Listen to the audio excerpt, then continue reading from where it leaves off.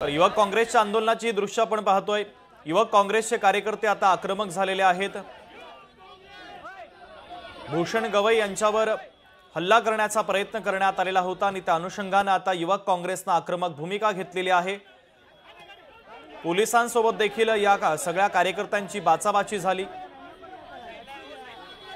तर युवक काँग्रेसच्या वतीने हे आंदोलन केले जातं। युवक काँग्रेसच्या आंदोलनाची ही दृश्य आपण पाहतोय।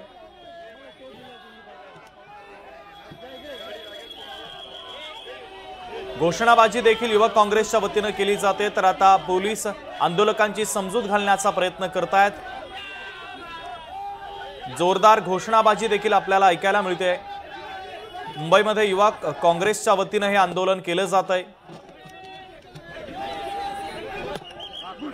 देशाचे सरन्यायाधीश भूषण गवई यांच्यावर चप्पल फेकण्याचा प्रकार घडलेला होता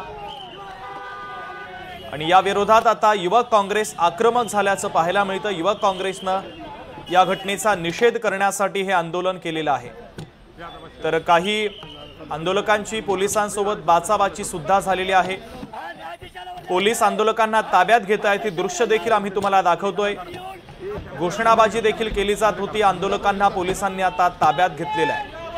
देशाचे सरन्यायाधीश भूषण गवई यांच्यावर हल्ला करण्याचा प्रयत्न करण्यात आलेला होता आणि या घटनेचा निषेध नोंदवण्यासाठी युवक काँग्रेसच्या वतीने आज मुंबईमध्ये हे आंदोलन करण्यात आलं आणि काही कार्यकर्त्यांची पोलिसांसोबत बाचाबाची सुद्धा झाली आणि त्यानंतर पोलिसांनी आंदोलकांना ताब्यातही घेतलेलं आहे।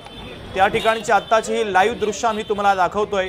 पोलिसांचा देखील मोठा बंदोबस्त या परिसरामध्ये सध्या तैनात करण्यात आलेला आहे आणि आंदोलकांसोबत आधी आंदोलकांची समजूत काढण्याचा प्रयत्न देखील पोलिसांनी केला। त्यानंतर काही आंदोलकांना पोलिसांनी ताब्यात घेतलेला आहे। मुंबईमध्ये युवक काँग्रेसच्या वतीने हे आंदोलन करण्यात आलं। सरन्यायाधीश यांच्यावरील हल्ल्याचा जो प्रयत्न झाला त्याच्या निषेधासाठी युवक काँग्रेस रस्त्यावरती उतरलेली आहे। लोकशाही मराठी ऐका, पहा, जागरूक रहा।